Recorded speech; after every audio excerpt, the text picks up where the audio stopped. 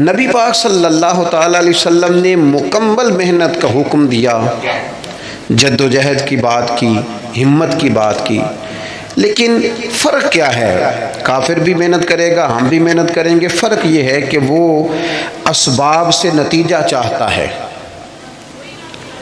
مومن کی یہ شان ہے کہ وہ ساری محنت کر کے نتیجہ اپنے رب کریم پہ چھوڑ دیتا ہے۔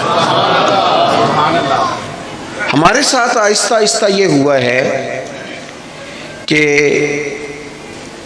جدید دور آیا، اس دور کے اندر لوگ مادہ پرستی کی طرف بڑھے، علم پر، ٹیکنالوجی پر، میڈیکل پر، اپنی کاوش پر، اپنی عقل پر اتنا بھروسہ کیا کہ وہ اس طرح کی بولیاں بولنے لگے جس طرح کی بولیاں غیر بولتے تھے۔ ہمیں یہ حکم دیا گیا ہے کہ تم نے اپنی ہر چیز اپنے رب کے حوالے کر دینی ہے۔ تمہاری ساری کی ساری توجہ اور تمہاری مکمل توجہات کا مرکز اللہ کی ذات پر بھروسہ ہونا چاہیے۔ آپ کبھی غور کریں تو نبی پاک صلی اللہ علیہ وسلم اس مضمون کو ہمیں کس طرح سمجھاتے ہیں۔ حضور علیہ الصلوۃ والسلام فرماتے ہیں اگر تم رب پر بھروسہ کرو گے نا تو وہ تمہیں اسی طرح رزق دے گا جس طرح پرندوں کو عطا کرتا ہے۔ کبھی اس حدیث کے حسن پر غور کریں، پرندے کی کتنی تعلیم ہے، کون سا کام سیکھا ہے، گھر سے نکلا ہے تو اسے پتہ ہے کس دفتر میں جانا ہے، اسے پتہ ہے کہ میں نے کہاں نوکری کرنی ہے، نکلنا بہرحال شرط ہے، نکلنا اس نے ہے۔ حضور فرماتے ہیں نکلو پر تمہارا بھروسہ رب کریم پہ ہو، جب تم لوٹو گے تو اسی طرح تمہیں روزی دے گا جس طرح پرندوں کو عطا کر دیتا ہے۔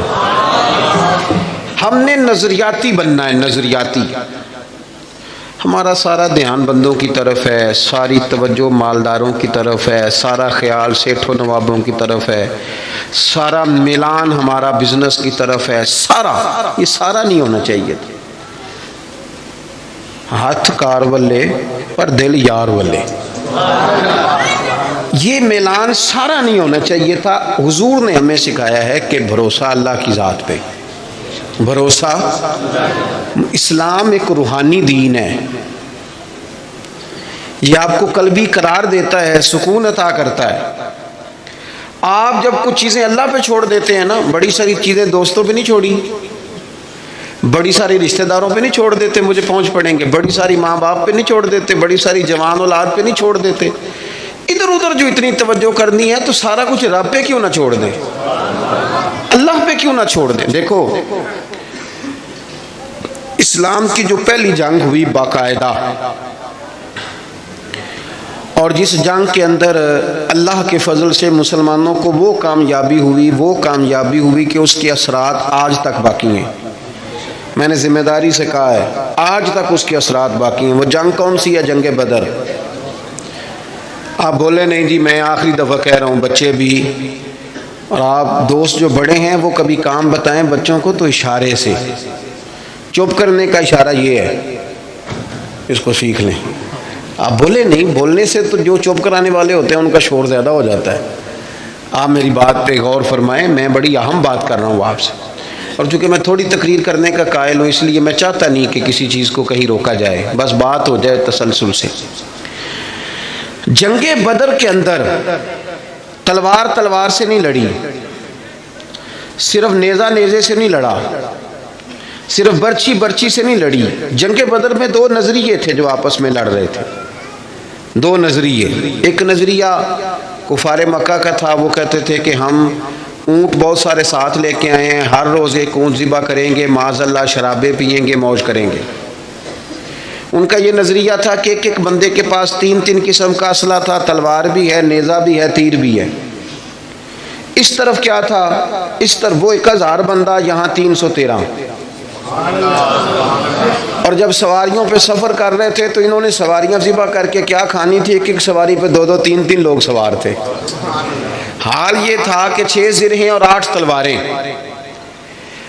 اب انسان یہ ذہن میں بات بٹھائیں کہ انسان جب اپنے مقابلے میں طاقتور بندے کو محسوس کرتا ہے تو ذہنی طور پر ہی کمزور پڑ جاتا ہے۔ یعنی بندوق آپ کی یہاں گردن پہ رکھ دی جائے تو بہت بڑا بہادر کہلانے والا آدمی بھی پورا کانپ جاتا ہے۔ جب ذہن بن جائے نا کہ میرے سامنے 3 گنا زیادہ فوج کھڑی ہے اور اسلحے سے لیس ہے، بندہ نفسیاتی طور پر ہی کمزور ہو جاتا ہے، ذہنی طور پر ہی۔ لیکن یہ 312 اور 13 کمزور کیوں نہ ہوئے؟ یہ گھبرائے کیوں نہ؟ جب ابو جہل نے رات کو بندے بھیجے نا، اس نے کہا جاؤ جا کے پتہ کر کے آؤ مسلمان کتنے ہیں، تو جاسوس نے جا کے کہا کہ جناب وہ 313 ہیں، اتنا تھوڑا سا اسلحہ ہے، تھوڑی سی سواریاں ہیں۔ تو ابو جہل کہنے لگا ان سے لڑائی کیا کرنی ہے، انہیں صبح نا گھوڑوں کی اونٹوں کی پشتوں پہ باندھ کے مکے لے جائیں گے۔ یہ خوش فہمی دیکھو، یہ منہ اور مسور کی دال، وہاں لے جائیں گے اور لے جا کے نا وہاں ان سے بات کریں گے۔ تو وہ جو جاسوس تھا نا وہی بول پڑا، کہنے لگا سردار پوری تو سن لے بات۔ اس نے کہا پوری بات کیا ہے؟ کہا پوری بات یہ ہے کہ ہیں 313 پر سب کا شہید ہونے کا ارادہ ہے، کشتیاں جلا کے آئے ہیں، بندہ کمزور پڑنے والا ایک بھی نہیں۔ اب نظریہ لڑا۔ نظریہ کیا تھا کہ حضور نے فرمایا تھا میرے رب کا وعدہ ہے وہ تمہاری مدد کرے گا، اور پھر وَلَقَدْ نَصَرَكُمُ اللَّهُ بِبَدْرٍ وَأَنْتُمْ أَذِلَّةٌ، اللہ نے مدد کی۔ اللہ فرماتا ہے میں نے تمہاری مدد کی میدان بدر میں، وَأَنْتُمْ أَذِلَّةٌ، تم تو کمزور تھے۔ نظریہ لڑا، تلواریں ہار گئیں، تیر ہار گئے، نیزے ہار گئے، برچھیاں ہار گئیں، اور رسول اللہ نے جو نظریہ دیا تھا وہ نظریہ جیت گیا۔ بھروسے والے لوگ جیت گئے۔ جب تک مسلمان، میں بڑے درد سے کہتا ہوں ہمارے گھروں میں سیاست چلتی ہے، بچے میری مٹھی میں رہیں، سسرال والے میری مٹھی میں رہیں، محلے والے میری مٹھی میں رہیں، برادری والے میری مٹھی، کوئی نہیں رہتے میاں یہ مٹھی چھٹی میں، کوئی نہیں رہتے۔ مجھے ایک بزرگ کہنے لگے 5 بچے ہیں ایک بھی نہیں سنتے، تو میں نے کہا بابا جی اتنی مجبوری کیا ہے بچوں کو سنانے کی؟ آپ نے جو سنانا ہے رب کو سنائیں، جتنی دیر ان پر دھیان کرنا ہے اتنے نفل بڑھا دیں، ان کو موج کرنے دیں۔ آپ کتنا کو انہیں قائل کریں گے اور کتنا کو مائل کریں گے، یہ تو اسی طرح کا سلسلہ ہے۔ جتنی سیاست ہم لڑاتے ہیں نا لوگوں کو سیٹ کرنے میں، اگر اس سے آدھا وقت بھی اپنے رب کو راضی کرنے میں لگائیں نا تو رب راضی ہو جائے تو لوگوں کے دلوں میں محبت پیدا فرما دیا کرتا ہے۔ نظریاتی بنے، توجہ، اتنی بندوں پہ توجہ کرنا، اتنی سیاست کرنا، اپنے آپ کو ہر وقت لوگوں میں گڈ بک میں، کوئی ضروری ہے کہ سارے لوگ ہمیں اچھا ہی کہیں؟ کوئی ضروری ہے؟ کوئی ضروری نہیں۔ کوئی ضروری ہے کہ ہر وقت آپ یہی کہیں کہ ہر کونے سے میری تعریف ہی اٹھے؟ کوئی ضروری نہیں میرے بھائی۔ نظریاتی ہو جائے، توجہ اللہ رسول کی جانب، توجہ اللہ والوں کی جانب۔ باقی یہ دنیا کی سیاست اس میں تھوڑی کمی بھی لائیں۔ دیکھیں رسول پاک صلی اللہ علیہ وسلم نظریہ کیا دیتے ہیں؟